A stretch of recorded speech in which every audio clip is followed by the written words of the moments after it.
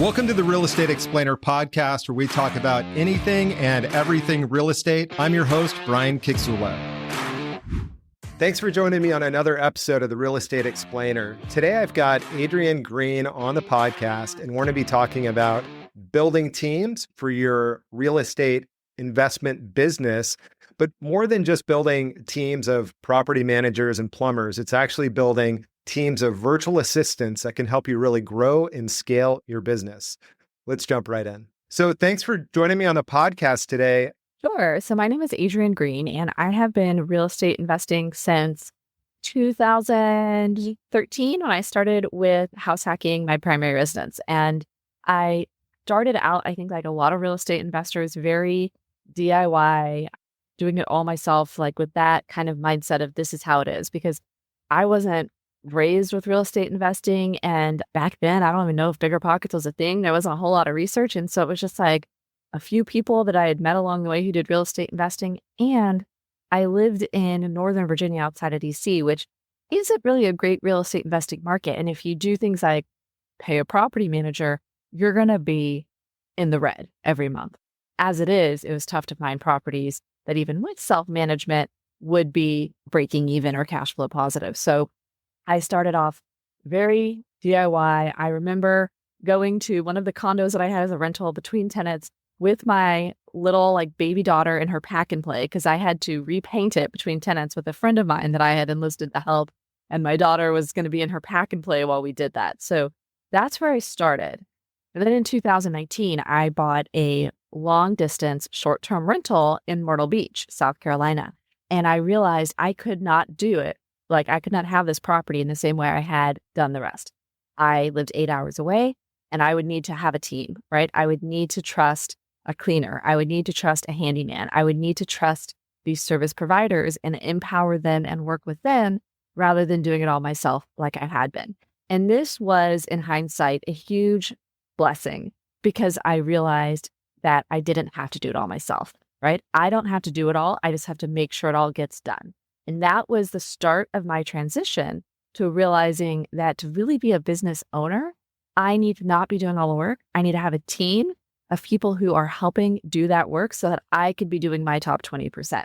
So with real estate investing, that can be the boots on the ground, right? That contractor, that handyman, even like real estate agents or property managers to do things like the showings or checking the property. And then it's also a virtual assistant team to help with all of the other operations, anything that can be done on a phone or on a computer. So now I have a virtual assistant who does all of my bookkeeping and accounting for my real estate investing. And I have a virtual assistant who is my property manager and executive assistant, helping with a lot of those things. And between these boots on the ground teams and the virtual team, I'm able to run my real estate investing portfolio in anywhere from 1 to 5 hours a week. And my teams are doing the rest. And because of that lifestyle, I'm able to travel the world.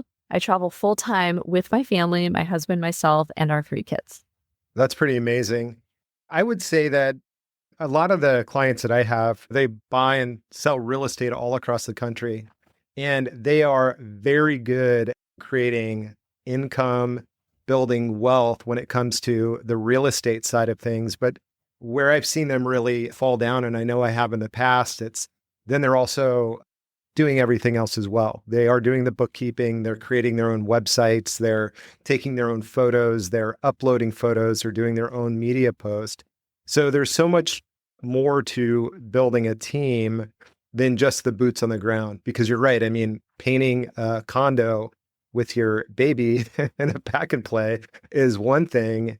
And then moving that over and starting to build property managers, and then you've got your plumbers and everything else. That's all for the real estate business, the day-to-day operations, or I should say the property management day-to-day operations. But what we're really talking about here is building a team that can handle everything else for you. So when you're building a team, one of the things that I've struggled with in the past, and I think I've got pretty well dialed in now, I'm still working on it. I've got a small team in the Philippines and in Nepal, and I'm expanding because what I found is, let's call him my implementer, the guy that I'm trying to train to be me. And he's doing a pretty good job at it, but he is not me. And also I am still doing a lot of the task that just takes a little bit more brain power. So what I've realized, and I don't mean that in any disrespect for my team members, I just mean it's a different skill set. For example, I have a bookkeeper, but now I've realized I need a CPA as well. So I'm bringing a CPA on board next week. And I know that I don't know everything. So I need to hire people that are better than me in a lot of the areas. So, how do you get started? What is the process for starting? So, someone is listening that knows that they're overwhelmed with the amount of work they're doing. What do they need just to start the process? The first thing, and honestly, if somebody is overwhelmed and they feel like they're against a wall, the first step is really making the decision that you are going to get help, that you're going to use this leverage of somebody else. And I say it can be a good thing if someone is overwhelmed, because honestly, it's really sometimes when we've hit that rock bottom of being like, oh my gosh, I can't make it to my kid's performance, right? Or I am up until midnight handling this paperwork, right? I do not want to live that way. It's really when people hit that rock bottom that they make that decision and they are forceful enough to get out of their comfort zone and do something new and different and make a change. So the first piece really is that mindset piece of being like, what got me here isn't going to get me there. And I need to commit to leveraging a virtual assistant to help with these things.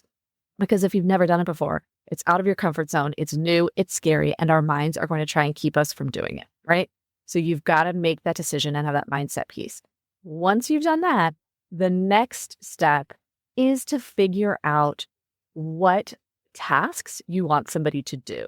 And the easiest way to do that, because that can totally overwhelm people, the easiest way to do that is to start tracking what you're doing, how long you're taking to do it. And I would also add, how does it make you feel, right? Because you may spend 8 hours a week running numbers on properties, and you might love that. That might be like, that is a 10 out of 10. That is a highlight of my week. That's not what you want to hire a virtual assistant to do because you love it. And so maybe something you can keep. But if you're instead spending 8 hours a week running numbers on properties and you're like, oh my gosh, it's so tedious, it drains me, then that's something you want to hand off. So the list isn't going to look the same for everyone because it's going to be based off of what you're spending your time doing, how long you're doing it, how it makes you feel, and if it's something that gives you energy or drains your energy.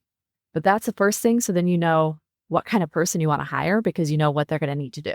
So that's something that I've had to kind of come to grips with is you have to understand the task that you're going to hire them to do and not expect them to be great at everything because you don't want to hire them to replace everything you do. You want to hire someone for their strengths as well. And I tell my team members this all the time, like, hey, if you really love video editing and that's your thing, let me know because I don't really want to do it. I don't have the time to do it. And if you have an interest in it, I'm not going to take away your other role, but I'll open this up to you so you can do that as well. So I think what you just said is knowing that you need help, number one, and then hire someone to take over the things that make you brain damaged at the end of the day. For me, it's staring at Excel spreadsheets until my eyes literally want to explode. And my eye doctor will yell at me because, it's like, take the 4 eye drops a day, wear the warm compress on my face in the morning and at night. And it's just the reality. It's like we're all staring at computers so much. And if you're trying to do everything, it's going to definitely burn you out. How do you determine when it's time to expand from, let's say, just one team member who can handle, let's say, the social media to someone else who's the bookkeeper to another person who's responding to emails on your behalf? I think you made a really good point there. You want to hire people in their zone of genius. I typically recommend start with somebody who's going to be like your executive assistant, right? Somebody who's going to take work off your plate and they can do a little bit of everything, right? They can maybe do your bookkeeping and accounting and your social media and some admin work, as long as those tasks are in that same kind of zone, right? You don't want somebody who's going to be doing your accounting to be the same person who's like cold calling leads for you. Those are very different tasks that take different personalities. And so you're going to start with that one person in that one kind of sphere. And really, I'd say when they are up and operational and you feel comfortable with them and you realize you've got enough tasks in this other area to bring on a second person, that's when you want to do it. It's like when you're investing, ideally, right? You're going to master one area before you jump to another area, right? You don't want to switch from long-term rentals to short-term rentals when you're still learning about long-term rentals, because then you're not going to master either they're both going to struggle. So I'd say you work with one virtual assistant, you get them set up, mastered. That doesn't mean you're not going to continue to give them new tasks or it's not going to evolve, but you're going to feel like they're pretty solid. I recommend doing like a 30, 60, 90-day plan. And typically it's a minimum of 90 days for somebody to feel pretty comfortable and secure in that. It could be 6 months, a year, longer, depending on your business growth. But you want one person to be secure in everything you're doing. And then you can move on to hiring another virtual assistant as you have enough tasking to necessitate that.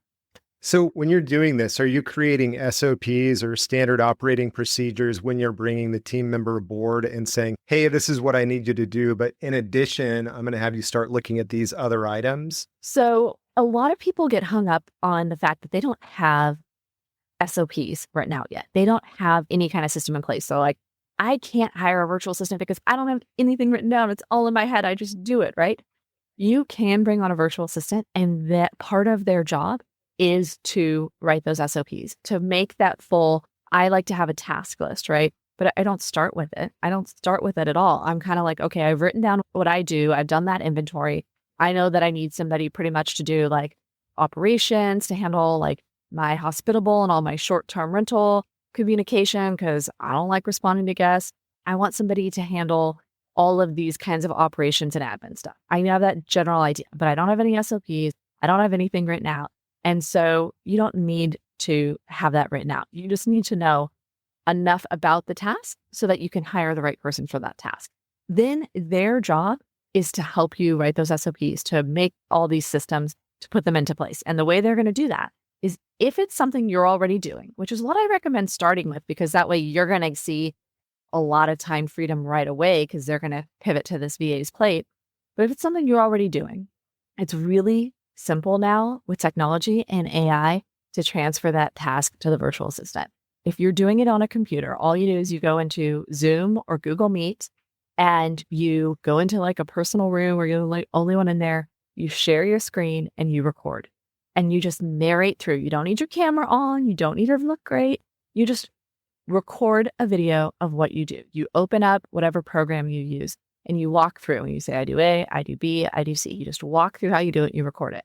Then your virtual assistant can take that video. They can get a transcript of it, which depending on the program you use, it might already have a transcript. Worst case, you can use a transcription AI tool, pop the video in it, and the VA can do that, get a transcript. And then the VA can go into ChatGPT. They can say, hey, here is a transcript of a video. I'd like you to draft a procedure based off of the steps that are outlined in this transcript. And what I also do is I have a template outline for my procedure format. And it kind of has some details in there about this is what goes here, this is what goes here. And I upload that to ChatGPT as well, or have my VA do it. So pretty much the VA could put into ChatGPT, here's a transcript of doing something. Here's a procedure template. Write up how to do this in this procedure template. And ChatGPT can format a great draft of that procedure, which your VA then take, watch the video, fine-tune the procedure, throw in some screenshots, because we are visual people. So I would say add some screenshots in there. And then the virtual assistant has a procedure that they can now do every week, every month, every quarter, however often this task needs to get done. That's great because it's one of those specific tasks you're talking about is something that you don't do every day, but it is a little bit more hands-on and you do it once a week or once a month.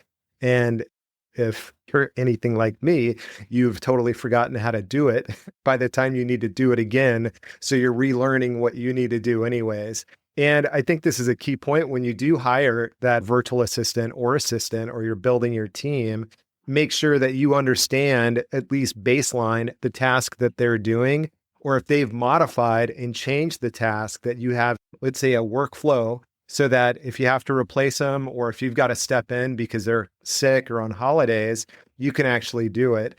And I found myself in that exact position where I do rely on my employees to help out on tasks that I'm no longer doing.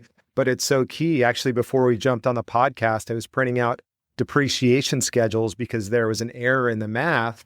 And it was kind of baseline. It's like, okay, well, where was the error? Why did they make this mistake? And I'm looking at it, it's like, well, maybe it's because they don't understand the underlying math. So it's like, okay, well, I've got to go back and give a math lesson on why we're calculating depreciation in a certain way. and why you can't always rely on Excel or Google Sheets to do it for you. And you were talking about GPT chat. My wife wants to strangle me right now because it's kind of my new best friend, but it's a really smart and a really dumb best friend. So any of the information that you have it generate, you still have to really read and make sure that it didn't miss a step. And what I've realized is like, I always create new iterations like, hey, I want you to do this, and then I want you to change it. And I want you to do this and modify it. And then ChatGPT will come back to me and it did the last three things I said perfectly, but it forgot to do the first dozen parts of the process.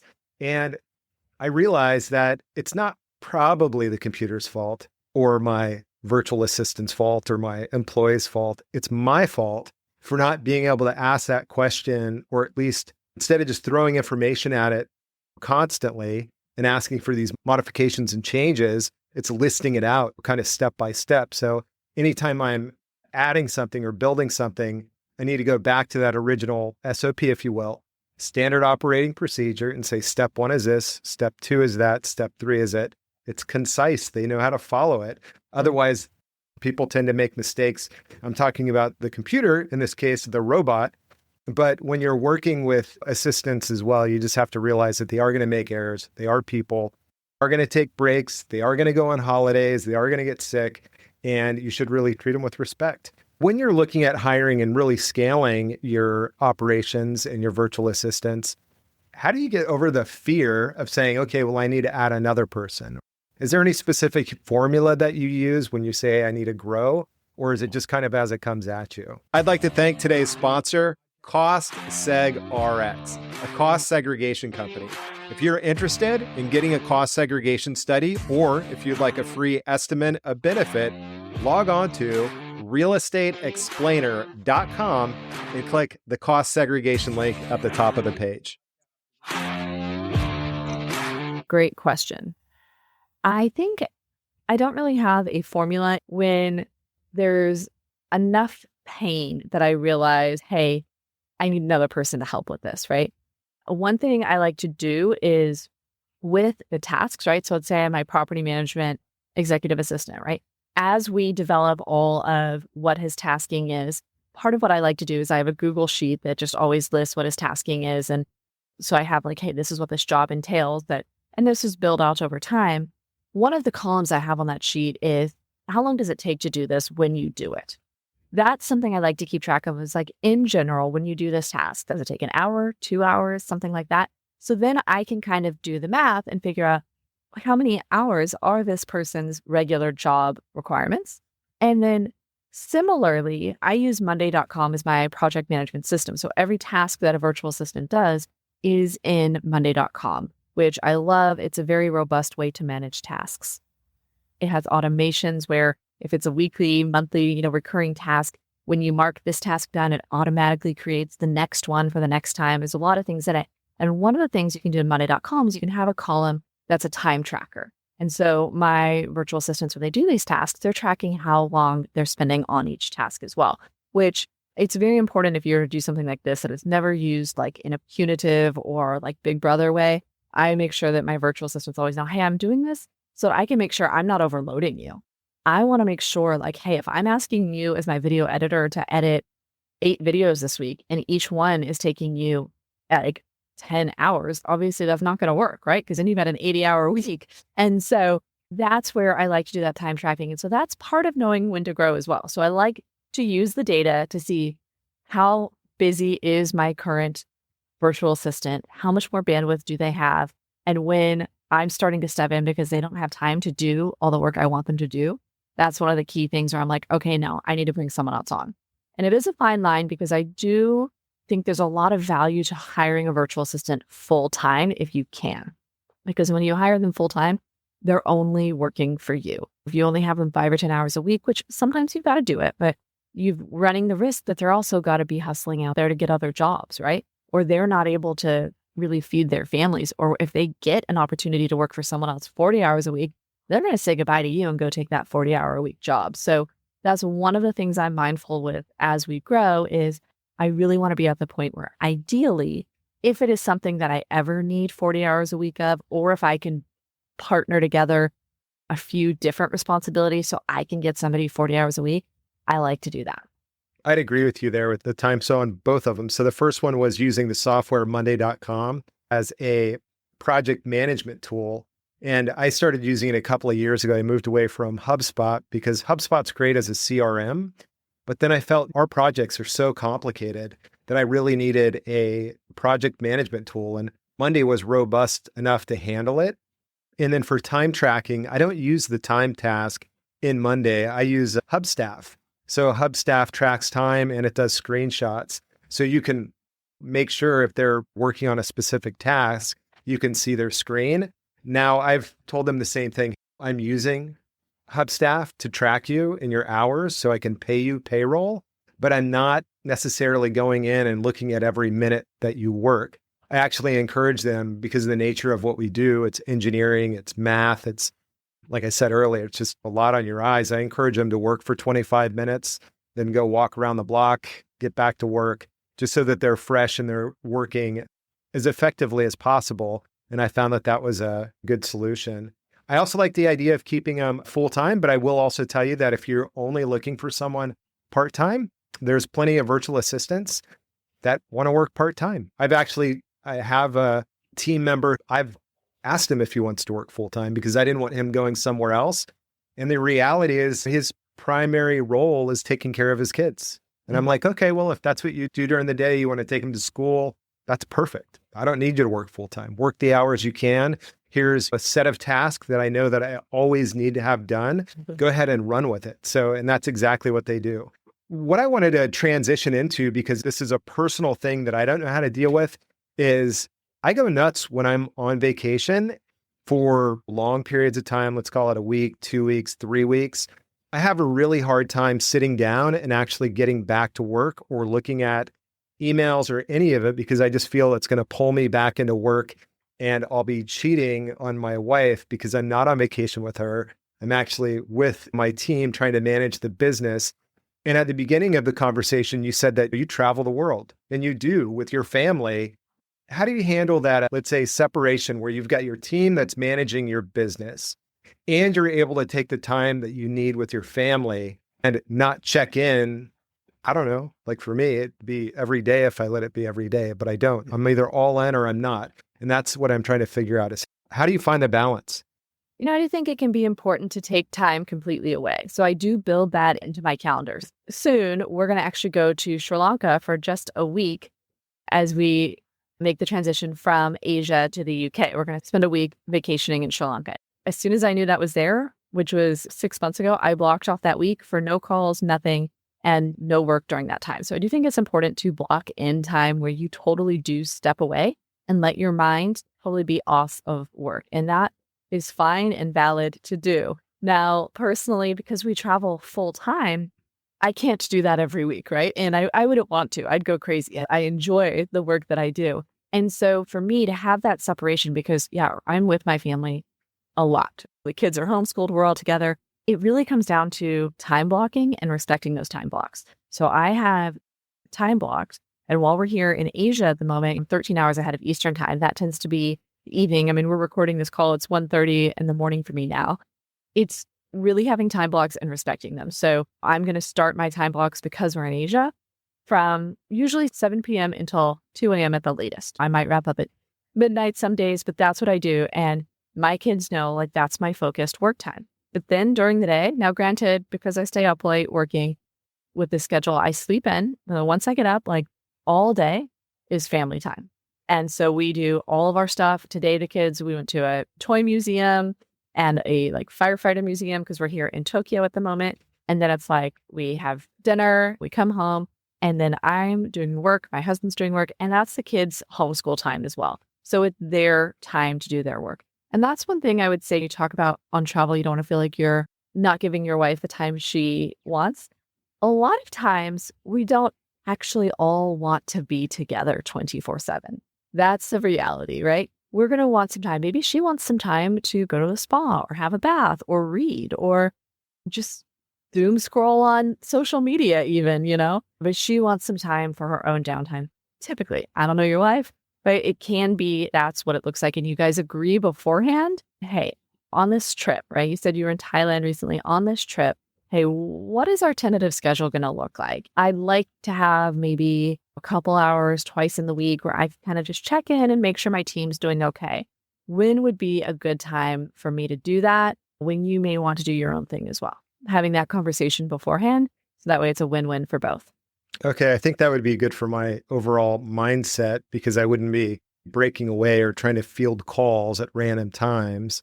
I would just say, hey, on these days, I am going to be taking calls, or let clients know that on Tuesday and Wednesday, I'm available from this time slot. If I look at my current schedule, I don't take any calls before noon and I shut them off hard at 5:30. And I typically don't take calls on either Monday or a Friday, just so I can get real work done.